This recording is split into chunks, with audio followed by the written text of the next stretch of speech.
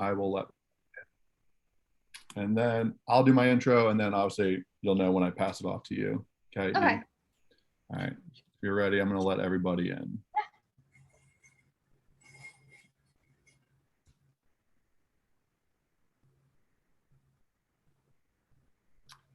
There we go. We got people signing in. Welcome, welcome, everybody. We'll give everyone just another moment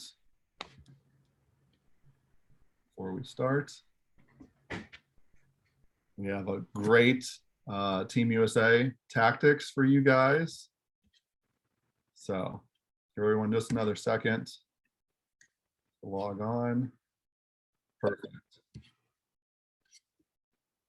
So welcome everybody to our Team USA training and tactics session with our Paralympians, Calahan Young and Eliana Mason. This is part of the 2021 Angel City Summer Series presented by the Hartford.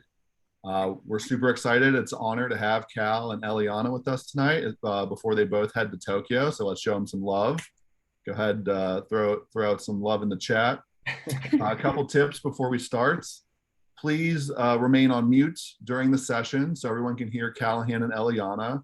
But if you have questions, we definitely want you to ask. If you have questions or comments, you can write them in the chat.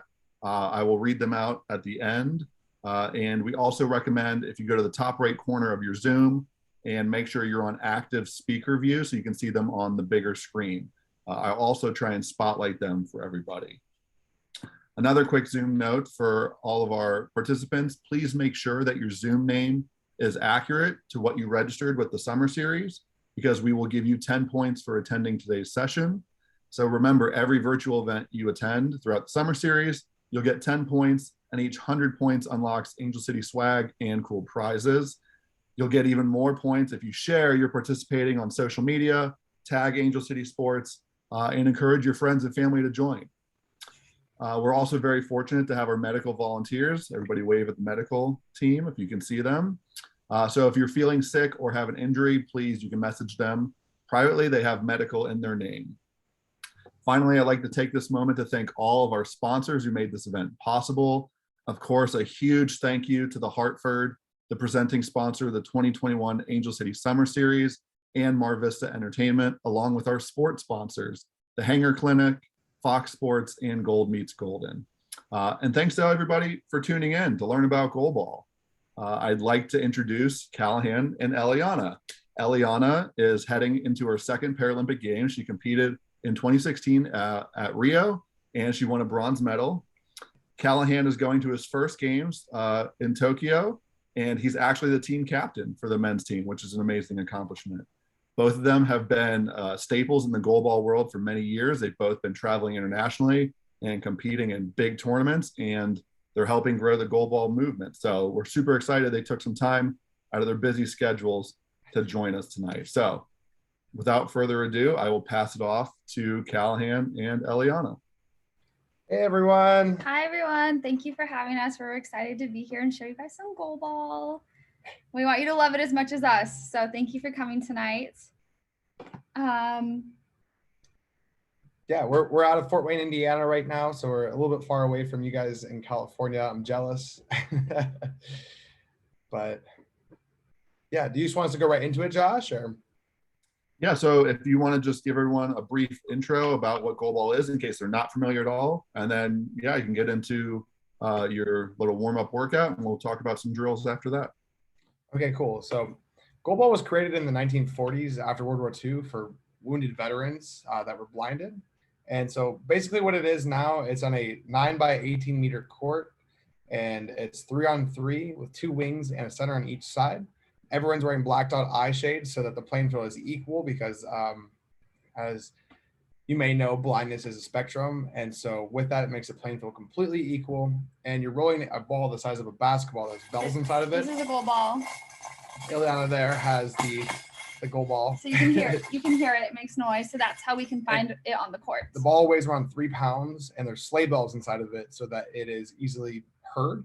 And so basically, you're rolling the ball like a bowling ball, and the other team is sliding from their hands and knees to block it from going into that 9-meter section. And it's back and forth. It's 2 12-minute halves. And at the elite level, the ball is going 30 to 50 miles per hour. It's going fast, and you're blocking it with your hands and feet, and it's awesome. So yeah, like about a second or less to hear it and block it, get your body in front of it. And a big thing is the court has string underneath the tape. So that's how players feel where they're at. So we orient ourselves. There's 3 positions, left wing, center, and right wing. And we play a little bit staggered to try to avoid collisions. They do happen just like in any sport, but we try to like have our position so we can all orient and like move around on the court and like play safely while we're all blindfolded. So it's like a great way to work on like orientation and mobility while you're doing like a recreation or elite level sport. So I think first we're going to take you guys through a bit of a warm up. Is that correct, Josh? Yeah. Yeah, you can show them a little bit of a warm up and talk just about what part of the body is really important in goalball. Okay. Just give us some feedback for like trying to get the camera in the right spot. We're in a little different setup than we were last year. Yeah. Will you move this chair? Yes, I will. So for goalball, especially, you're really powering a lot off of your legs. You use your abs a lot, and then you're throwing, so you're using your arm. So, Josh, just let us know like how much I should move the camera, which way. Perfect. Perfect. I'm perfect right here. Okay, so I'm gonna take you through a couple arm stretches because goalball, when you throw the ball, it's a lot of arm movements. And so the first one is you're gonna take your right arm, throw it over across your chest, take your left arm underneath of your right arm, grabbing your right shoulder, and pulling it across your body. And we'll do this for 10 seconds. If you have any questions, just let Josh know, and he will gladly shout them out. Absolutely. Actually, breathe. Okay, awesome. Now we're gonna do the opposite. So you're taking your left arm across your body, right arm going underneath your left, grabbing your left shoulder, pulling it across your body. Doing this for 10 seconds again, as Eliana just said. Make sure you're breathing really well. Okay, awesome. The next stretch that we are going to do is a tricep stretch, because here again, the shoulders, your pecs, your biceps, and your triceps are really important to be nice and loose when you're playing goalball. I do these every day. So what you're going to do is you're going to take your right arm, put it behind your head, in between your shoulders. You're going to take your left arm and grab your right elbow, and pull it down so you're trying to reach down further and further between your shoulder blade with your right hand. And we'll do this for 10 seconds as well. You should feel this in the back of your arm. So in that tricep area. Exactly. Like Eliana said, that's perfect. That was a great 10-second stretch. Now we're going to do the opposite. Now we're using our left arm, putting it behind our head in between our shoulders, taking your right arm, grabbing your left elbow, pulling down, pulling it so that you can feel the stretch in the back of your arm, getting that shoulder stretch, that elbow stretch, all those muscles in there, getting them nice and loose. Awesome. And the final stretch I have for everyone is we're going to put our arm stretch to the side and making small circles with our hands in the air to get the rotator cuffs nice and loosened up. So I'm making little baby circles at first. I'm going to do 10 going backwards, 10 going forward, little small circles. And after that, we're going to do 10 big circles. You're making giant circles with your arms.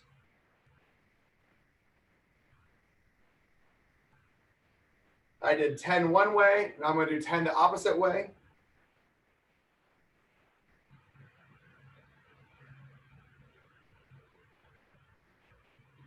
Awesome. Now, Eliana is going to take everyone through some leg stretches, because that's also super important in goalball. Absolutely. When you're throwing or when you're diving or you're standing up, you're really powering off of your legs. So you want to be able to like make sure they're really strong and they're warmed up and they're ready to go. So a stretch I like to do, and then Josh, let me know if I'm out of the camera, but I like to get down on my hands and my knees.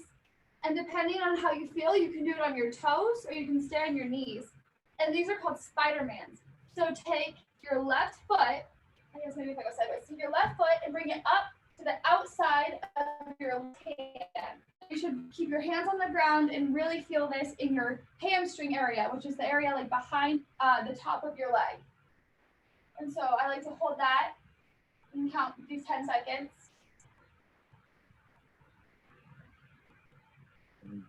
Really, really helps loosen that up. And then switch.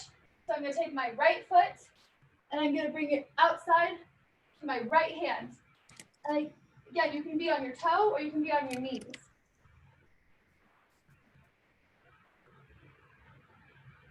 7, 8, 9, 10. Feeling the burn now. Another stretch I really like to do is to really get your hip flexors warmed up. And so I can step into a lunge position. And if you're not sure what that is, keep your feet together. And then you can choose a side. So I'm going to take my left foot and I'm going to bring it forward. And then my right foot is still back and I have my right knee bent and my left leg is at a right angle. So my quad is straight up parallel to the ground. And then I want to try to lean back and I want to put my right hand in the air and then lean back. So I really want to feel this on my right side of my body in that like hip flexor area on the top of your leg where your legs and your waist kind of meet and come together. And so if you don't really feel it, lean farther back and lean into that stretch. We'll go for about 3, 2, 1. And then so we're going to switch sides. So feet together again. Take your right leg and move it forward. Bend that left knee and kind of have that quad on your right leg up. And then put your left hand in the air. And you're going to lean back into that and really get that good hip flexor stretch. 3, 2, 1. Okay. And then the last one I'm going to do, and these are kind of hard. I sometimes fall over, but I think you guys can do this. You seem like a pretty great group. So I'm going to show it to you. I think sometimes we call them teapots because you're kind of like a tea kettle, but I want you to think you're going to put your weight on your left foot and you're going to kind of try to go down and you want your hands to touch the ground if possible. You can bend your left knee a little bit and I want you to kick your right foot backwards so it's behind you. And then you come back up. And we're going to do a couple of these on each side. So again, all the way on the left foot, bend down, bend your knee as much as you need to, touch the ground with your hands and kick your right foot back. And that's just really loosening up all of the parts of your leg. And then we're going to switch sides. So we're going to do the right leg. All the weight is on it. You're going to slowly lean down, bend that knee as much as you need to, touch the ground, and kick that right leg or that left leg back. And then again. And one last time. And then something I like to kind of do is kind of just like shake my legs out a little bit, like put them up, and maybe it seems like silly, but just kind of like put your foot out and like kick your leg and kind of shake them out.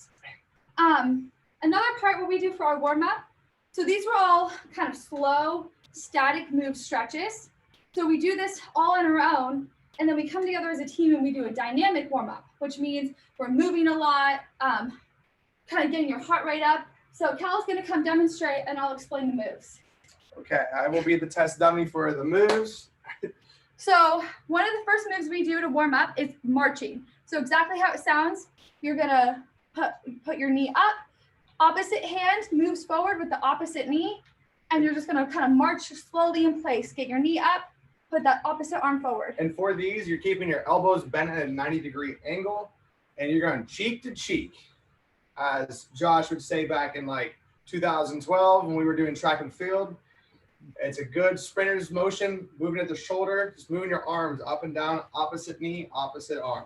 So if you have a gym or a bigger space, you can go kind of down half court and back. If you have a small space like we do right now, you can just do it right in motion and not move at all. So after you do that, for either down and on the court or just maybe count to 15 or 20, we're going to move into something a little bit more. We're going to do high knees. So it's the same as that marching motion, but this time it's like sped up. You're like on like 2 times speed. Think about it like that. So you're going as fast as you can, getting those knees up as high as you can. And for this one, you're keeping your arms at your side and just moving them back and forth really quickly as you're coming up. Getting your knees up to your hip level and trying to go as fast as you can. I don't think I've ever done high knees in the apartment before. We live on the bottom floor, so it's good. So then one more we do is butt kickers. And so it's exactly how you think it might be. You're literally going to try to kick your butt with your foot while you're moving. So this is to really work on getting that range of motion and get your heel to hit your butt. So you're trying to kick it. And here again, your arms are at your sides. Well, your arms are bent at a 90-degree angle, staying at your side, going back and forth in a really quick motion. And this is meant to be quick. You're kicking your butts fast. Yeah. Do you want to do the push-ups and sit-ups, or push-ups and squats? Yeah, Josh, how much time more do we have on the warm-up before we go into drills? You're good. You still have 5 to 10 minutes. Okay, perfect. So then lastly, what we do in our warm-up is we will do 10 squats, 10 push-ups, and 10 burpees. So burpees are my least favorite. I am 6'7", 250 pounds. Burpees are not my thing. We don't have to do all 10, but we want to just teach you guys or go over the motion. So if you're doing this type of warm-up, you're able to do the static portion of what we did first. You're able to do the dynamic portion of the high knees and the butt kickers and the marching. And then you can like finish it off with kind of just doing those body weight movements. So first is 10 squats. And so a squat is you have both feet planted. You can put your hands either like put them on touching your shoulders or crossed touching your shoulders or just straight out in front of you. I think everyone has a different preference. I kind of like to put them on my shoulders. And then you want to sit back as if you're almost sitting in a chair. So you sit back and you want to go as low as feels comfortable. Some people like to go really low, some just a little bit. Go as low as feels comfortable. And then you want to push up through your legs. So start with your toes, in through your legs, and then at the top, get your body tight. Squeeze your whole body. And two things with this, everyone, is that when you're down low, your knees should not be past your toes. Always keeping your knees behind your toes. And also when you're coming back up, make sure your knees are not coming in, that they're pushed outward. You should be pushing off the side of your feet whenever you're coming up. So you really want to make sure that first motion, I used to struggle with squats really bad, you guys. I was like, how do people do that motion? So what really helped me is remembering first motion, think back, stick your butt back and then down. So you're like trying to pretend to sit in a chair, back and then down. So then we do push-ups, which Calahan can demonstrate. You might need to angle. Josh, am I in the screen still? Yes, especially if you turn sideways like that, you're good. Okay, perfect. Perfect.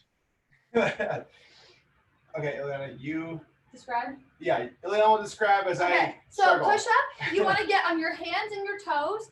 If you want to do it modified, you can go on your knees. So whatever feels comfortable. This is all just for you to get warmed up. And so you're either on your knees or your toes and you're on your hands. And then you're going to go down and you're going to try to get your chest to almost touch the ground, but you're bending your elbows. So back to that 90-degree right angle kind of motion I was describing earlier. So you're bending at the elbows, getting your chest to the ground. So for me, with my like vision loss, sometimes it's hard for me to tell how low I'm getting. So I think about if there's a tennis ball and I have a tennis ball between like my nose and the ground, because you don't need to have your face hit the ground, but you want to like go low enough so you don't cheat yourself on the motion. And so as Cal's demonstrating, you see he's going down, chest towards the ground, and then back up. We had a hard workout. He's a little today. tired. We had a workout today. We had a workout and training camp the past 5 days. But it's also it's really important to keep your back flat, your legs straight, locking your knees, going down slow, coming up fast, going down slow, picking up fast. And then the last thing we do, I can go right here. Oh, so Eliana's going to demonstrate the burpees, thankfully, because The last thing we do, and this will get your heart rate up really well. And this one's so important, you guys, because goal ball, when you're on defense, you're down on that crouched position, and then you're going to block the ball, and then you pop up really quick and you return it for offense. You have 10 seconds from the time the ball hits your body to get rid of it. So if you're not getting up slow, you're getting up quick. And so these are really goal ball specific because it helps you get up, down, up, down. And so for a burpee, there's a lot of different ways to do them, but you start standing, and then if you want to go faster or slower, you speed it up or slow it down. But you put your hands on the ground, and then you jump your feet back. So we're kind of almost in that push-up position. you jump back into a push-up position. And then you can either do a push-up you can just drop down and come back up, or you can just stay in that position and then jump your feet back together. And then you want to come up in the air and jump. And so it's kind of a weird motion. I went through really slowly, but as you get more confident with it, you can try to go down really quickly, down, up.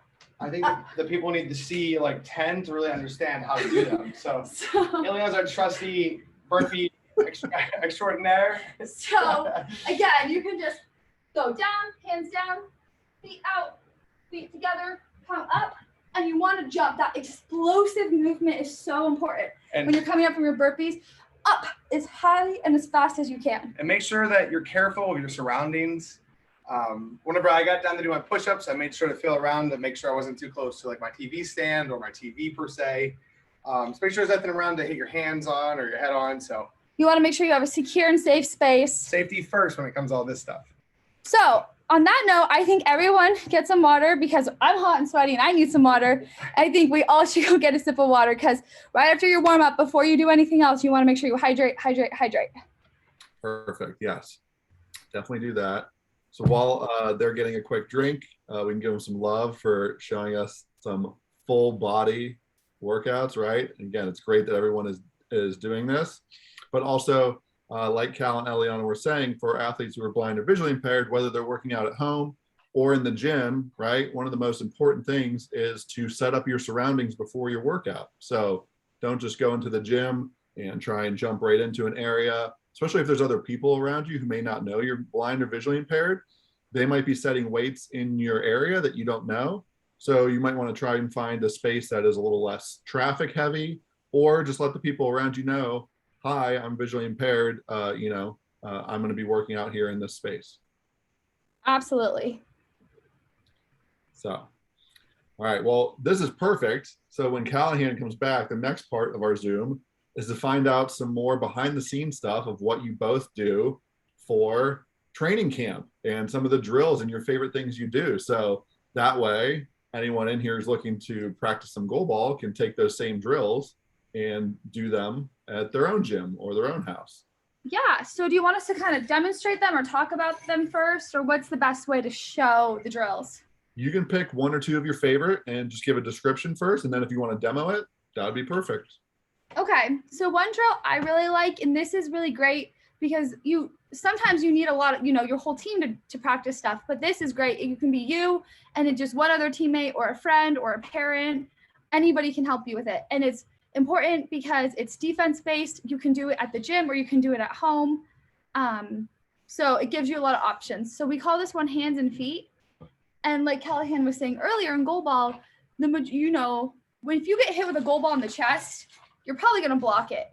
But if you get hit with in your hands or on your feet, sometimes it goes through. And so we really want to drill those weaker areas of our body. So when the ball hits it, we stop it. And so for this drill, we lay in our dived position. So we're on our side, either left or right, whichever one is, your preferred side to practice, or both. You can switch it up.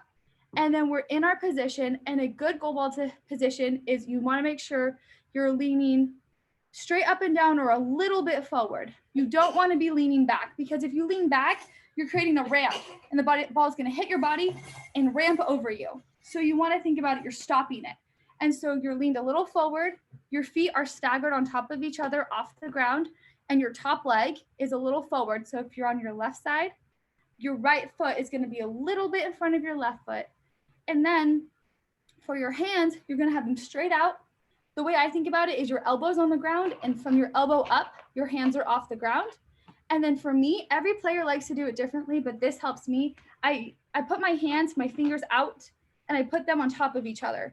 And so instead of having the ball to be able to go through them, I'm making almost like a paddle, and it can't go through my hands if my fingers are interlocked. And so I'm kind of out like this.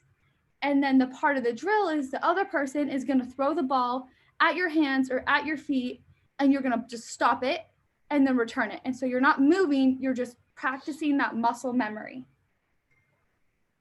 Cool. I know I talk fast, and so was there any questions within that drill? Nobody's typing any questions yet, but you can type your questions as you go. Okay. And then do you want to go over a drill real quick, and then we can show it?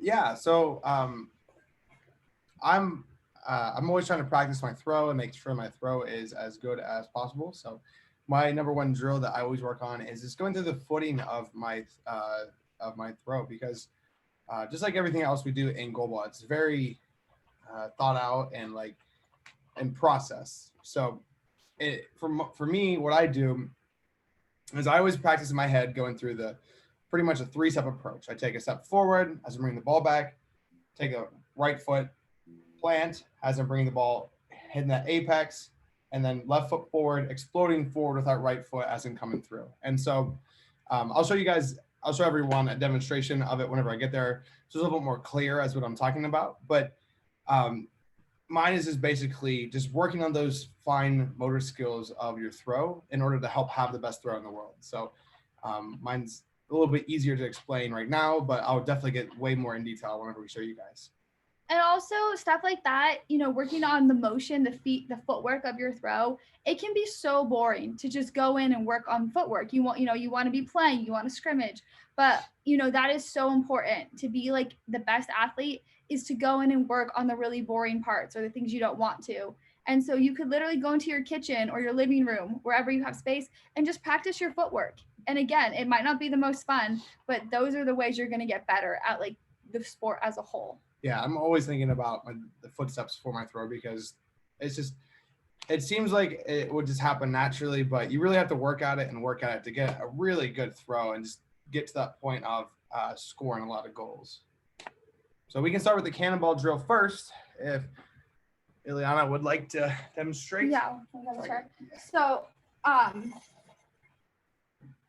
and Josh, just let us know how we can fix the camera. I'm gonna be like right here on the ground. Is that good? You're perfect. Okay, and yeah, and then Cal's gonna help me with the ball. So if you guys all could mimic what I'm doing, so I'm down, and my preferred side is my left side. But again, either side is fine. And I'm laying out, and so I'm all the way on my side, and then I'm a little bit forward, like I said, with my hips, not backwards. My feet are a little staggered, and my right foot is a little bit in front of my left. And then my hands, my left elbow is on the ground, and then my hands are up.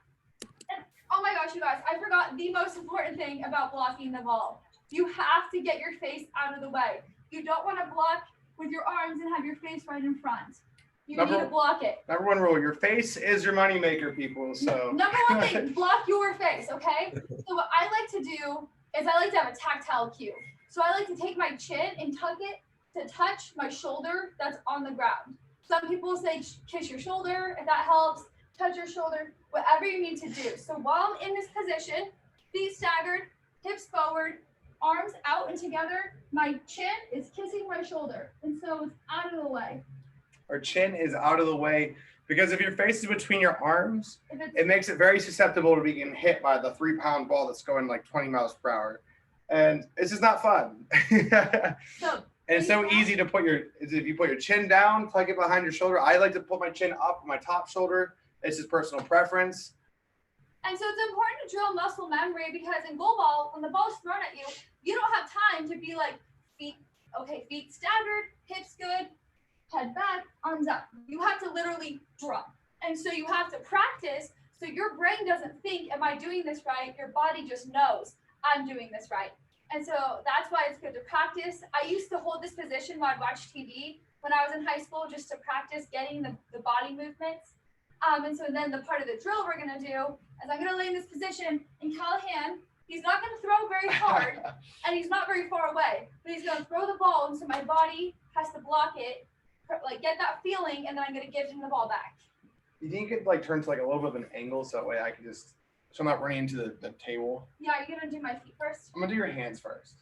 And every coach I've ever had in my entire life has always told me, if you wanna get good at your defensive form, do it while you're watching TV. Just sit there while you're watching TV in your defensive form, and you'll just get that muscle memory. That's all. Goalball is just a whole bunch of muscle memories going on. So Cal, my hands are right here. Ilana's gonna make some noise so I don't hit the TV or. Just do really slow and low. Well, yeah, she thinks I'm gonna throw a rocket. Not gonna happen. Make some noise again. So I blocked it and then rolled it back. Okay. She's gonna make noise again. blocked it, And passed you it have back. to be ready because he's, missing my hands, but my body's still ready for it to hit me anywhere. I'm fully attempting to hit her hands, but not better. Perfect. We'll do a couple more, 2 more. We'll do 2 more in her hands, and then we'll switch to her feet. Make noise. And that one, it hit me, and my hands, because they were strong and together, I blocked it forward instead of letting it go through. Make noise. Yeah. Very good. Your feet, I just scooted over, Cal. Where are your feet at? Like Can you just switch for your sides? on the ottoman. It's yeah, but it's kind of hard with. I can't really through the ottoman. I'm trying. Okay, I'm switching sides. He's making me switch sides. I'm not good at this side, guys. So if the ball goes through, it's not my fault. If the ball goes through, it's gonna hit my vacuum. Okay. I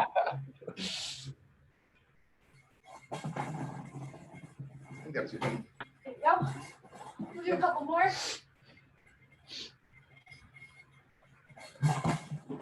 See, she's good on this side. She's just. As you see, my feet are staggered. It's really important. Let me show you. So if I have my foot back, watch what could happen. It's gonna hit the back. So just to describe, usually your top foot is gonna be slightly in front of your bottom foot, and right now Eliana has her top foot slightly behind her bottom foot. And so what's gonna happen is It went right through. it went Hit my it leg went, and went right it through. went through her legs and then rolled to Timbuktu.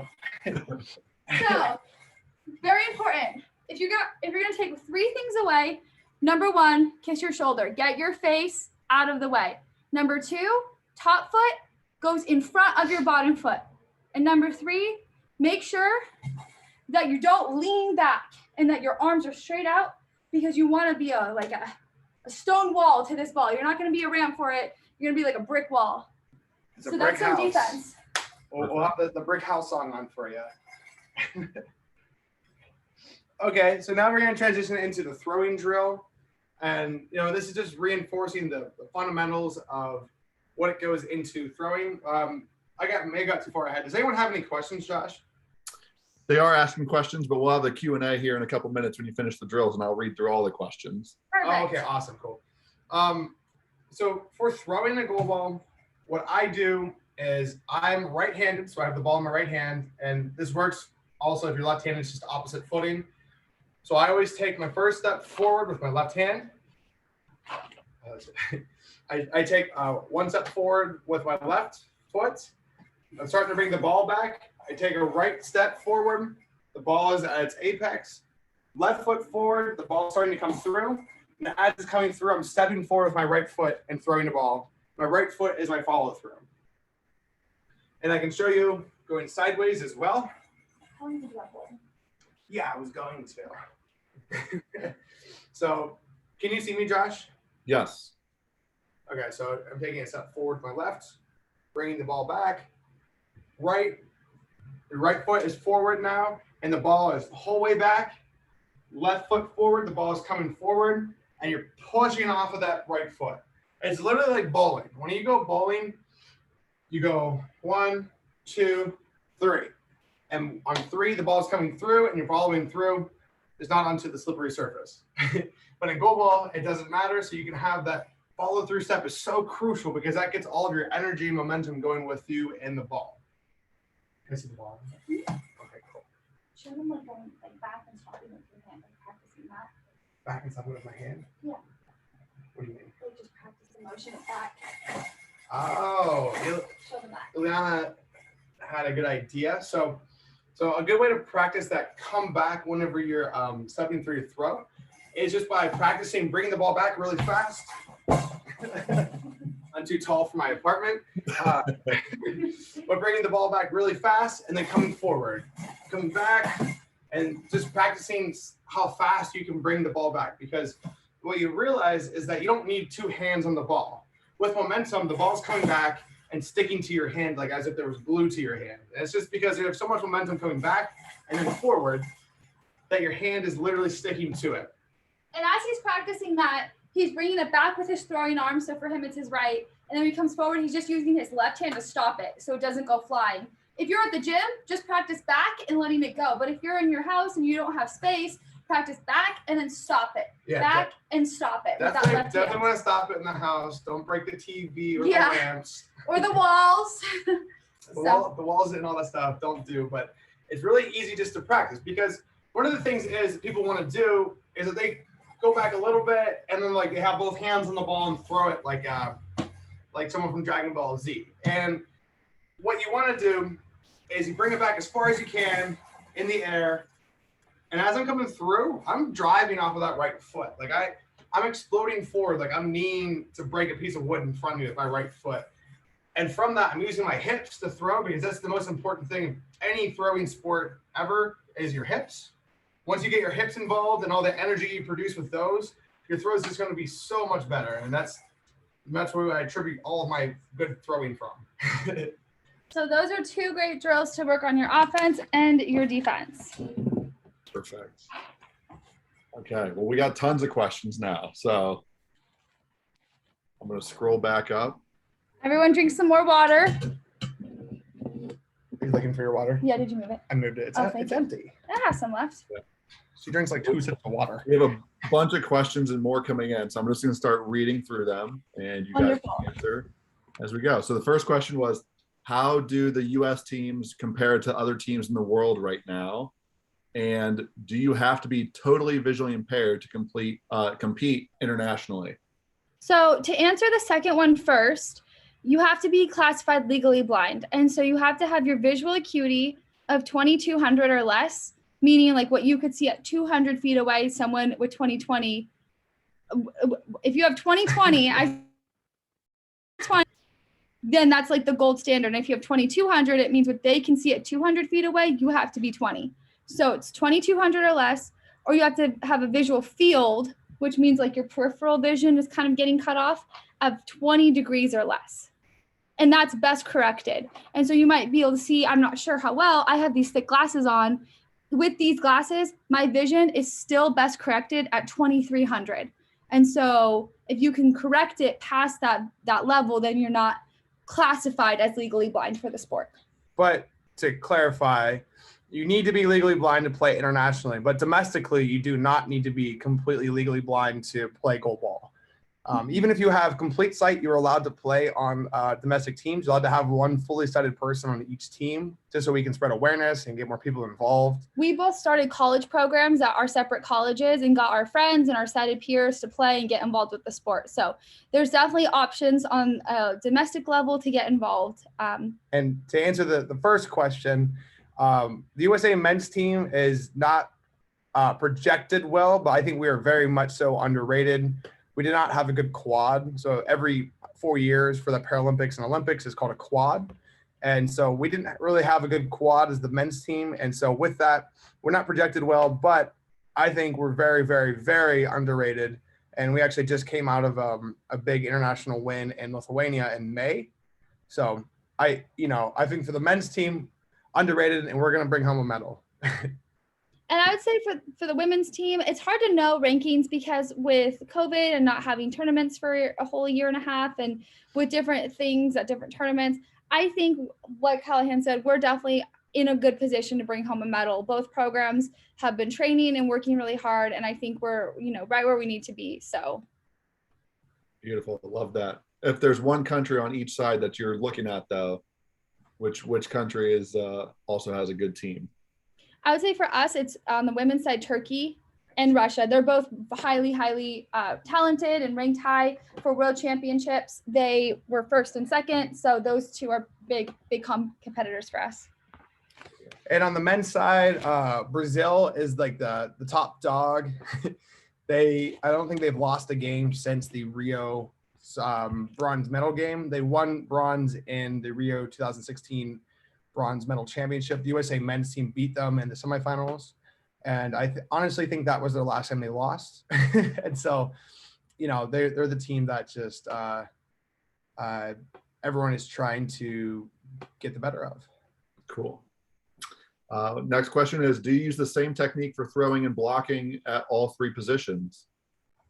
That's a great question. So Yes and no. For throwing, there's a lot of different types of throw. So we started with a basic throw, but you can do a spin throw. So you're kind of doing a spin motion in and then like releasing the ball. There's smooth balls, bounce balls, skip shots. So as you get more involved and learn more about the sport, the technical piece of the throw really elevates with it.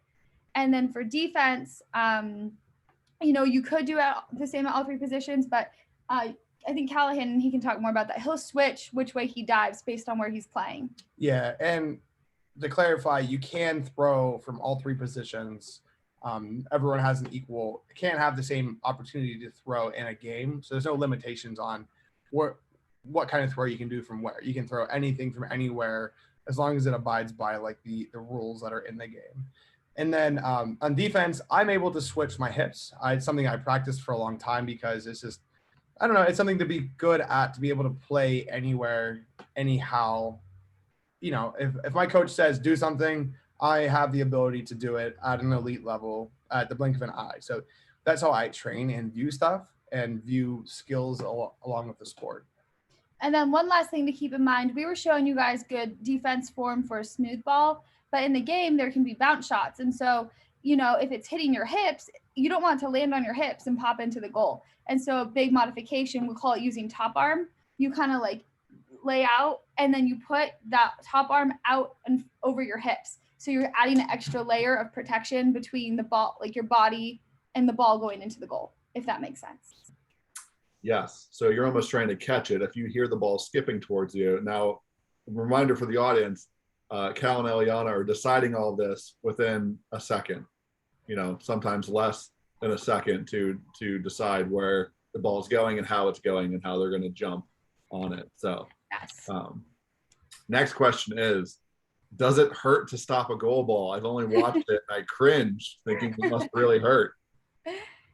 So it definitely comes at you fast. On the men's side, it's coming at you like 40, 50 miles per hour. And when it's with your body, sometimes you feel it, but after like the beginning of the game, you kind of have so much adrenaline that you don't really feel the ball. You more or less have the emotions if it goes past you. Like I couldn't tell you, and that's just some few occasions on the men's side specifically that if it hits you, you feel it.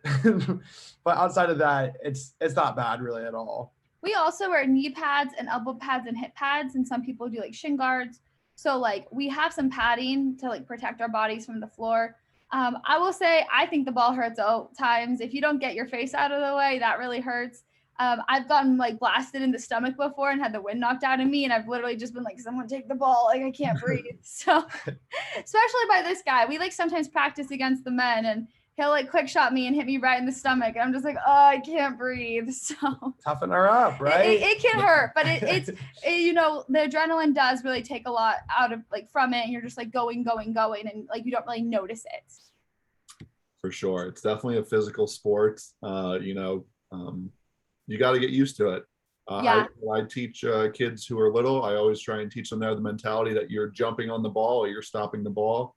The ball's not hitting you. So I think part of it is mental. Yeah. Well, so that kind of leads into this question. If you get hit in the face, is there a blood stoppage timeout like there is in wrestling? Or I guess any part? So yeah, you can get a medical timeout. There doesn't have to be blood. If there is, though, you'll absolutely have a medical timeout.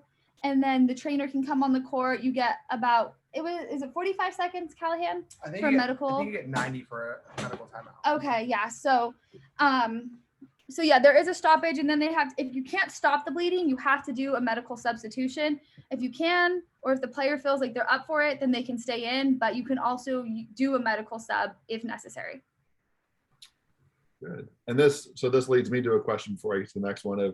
So for anyone who's not familiar with goalball, what happens if you do get hit in the face and it knocks your eye shades off or knocks them crooked? Then what happens? Well, so in goalball, you're not allowed, once the game starts, you're not allowed to touch your goggles at all. You can't move them unless you get official permission from the referees. And this is to help prevent cheating and, just help prevent anything bad from happening. And so if you get your goggles knocked off, usually the referee will call for an equipment timeout or an official timeout where they let you fix your eye shades. Or let's say that they don't notice it. You just raise your hand and say eye shades or official timeout, and they'll usually recognize what's going on and they come over, you turn around so you can't see the court, so they don't get any advantages, and then you pull your eye shades back down. Thank you for clarifying. Another question. So is there a line or a step count that you need to throw before? So when you're throwing, how do you know, are you allowed to just chuck it through the air, or how do you do your throws? Yeah, that's a great question. So the court, I wish I knew it in feet, but we learned it. It was created in Germany, Austria. So the court is 9 meters by 18 meters. The best thing I can describe to compare is like a volleyball size court. And so it's broken up into 3 sections. You have your team side, you have the neutral zone or the landing zone, and then you have the other team side. And so you have to have the ball out of your hand and on the ground before the high ball line, which is 6 meters from the goal line to the high ball line. A meter is around 3 feet. So a meter is close to a yard. And so if you envision that, it's you have 18 feet pretty much to throw the ball from the goal line to the high ball line. And if it doesn't hit that line, then you get whistled for a high ball, which is where you defend the entire 9-meter section goal by yourself for 1 throw. That's right. So penalties are intense and very, very important in goalball. When you get a penalty opportunity, it can make a huge difference. Yeah, you really want to capitalize because it can make or break the game. And then the other penalty that's a little bit harder to conceptualize, but like I was saying, the ball can bounce. You have to put a lot into it. It's not like a basketball, but you can get it to bounce. It has to land before your high ball line, and then it has to land again in the neutral zone. So before the other team's high ball line. So if you bounce it from your side all the way over to the other side, that's called a long ball. And again, that's a penalty. So it's like you want to put so much on it, but not too much where it's a long ball. So it's finding that sweet spot of like, how hard can I push it without pushing too much? That's right. We got so many good questions. I want to get through them. This one's related to throwing too. So he said, I have seen people spin when they throw. Can you throw any way you want, or is there illegal movements that you can't do? So whenever you throw as a beginner, it's better to throw straight arm, taking those 3-step approaches, just so you can get the movements down, figure out how to get your hips involved, because the spin throws are a lot more advanced of a movement. Like, and it's the same thing if you're in track and field. Like the discus throw, whenever you spin in a circle, is significantly more complex than just a straight 3-step approach of shot put. So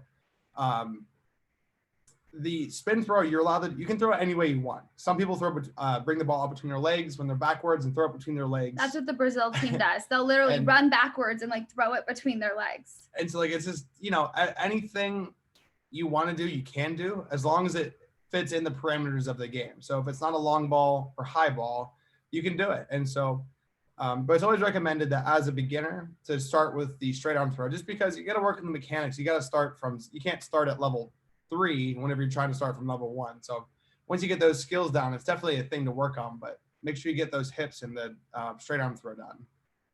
For sure. I will say that one other thing really is when you do throw, you also can't have a throw that's too loud. You can't stomp your feet or anything. As soon as that ball leaves your hand, you have to be quiet. So you can't take a big stomp to try and distract the other team because now the ball's on the way. Absolutely. Or that's a noise penalty. There's lots of penalties, you guys. I'm going to get to 2 more questions quick. Do you wear any gloves or any sticky substance to help you with your throws and or blocking? No gloves. Sometimes we wear Power Flex to like wrap our wrists, which helps with stability. And it also, I wouldn't say it's sticky, but it just has a little grip to help, but it's not like sticky or adhesive or anything like that. Yeah, it's actually a banned substance. You can't have anything sticky on your hands, like stickum, like they used to use in football.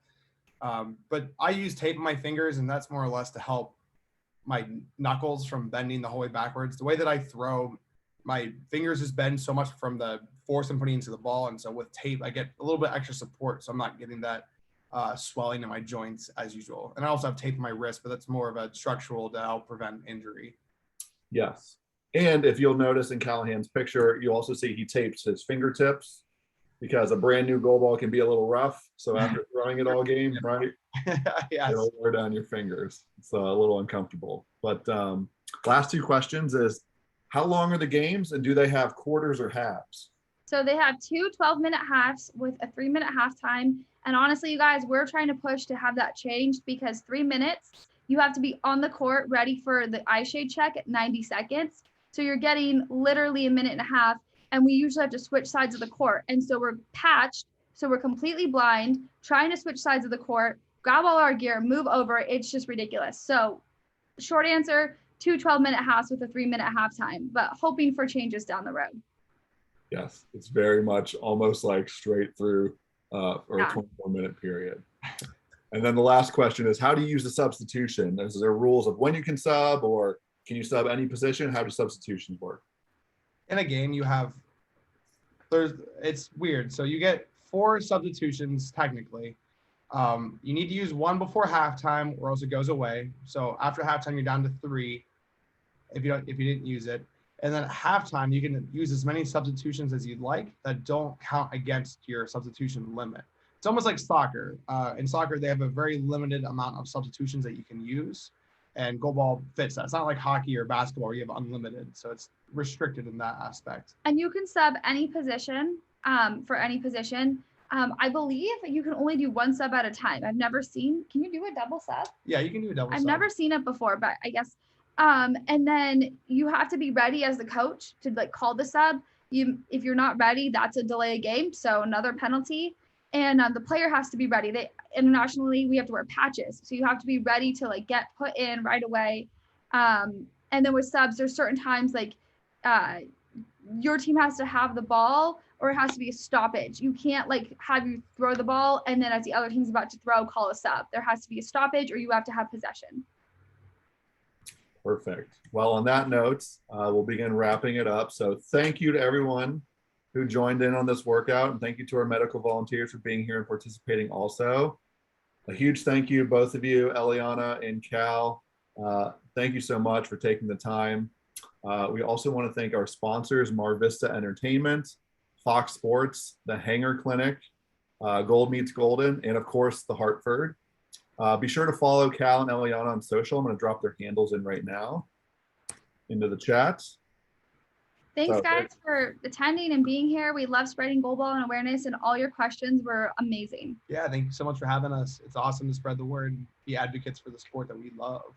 Of course. So coming up next, we have wheelchair tennis with Lauren Haneke-Hops. And then at 6 p.m. Pacific Standard, we're going to learn about paracanoe with Caitlin Berthuth. So we only have one of those virtual, we only have one more week of these virtual sessions with our incredible Paralympians to soak up all this knowledge and learn, get the behind the scenes access. So stay tuned with everything going on via email and social media.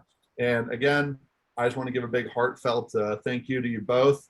I'm going to be watching as many goalball streams as I can on NBC.com. So please try and get a chance to check it out if you're interested. You can definitely watch it on YouTube to see what Cal and Eliana were talking about in a full game. There's tons of footage. So goalball is one of those sports that when you see it and you see how it's going in full time, you'll fall in love with it, I promise. It's the coolest sport you've never heard of. Yes, absolutely. So thank you again. Good luck in Tokyo, both of you. I'm super, super excited for you guys. And we will talk more soon. I hope to see everyone on the next Zoom starting in a couple minutes.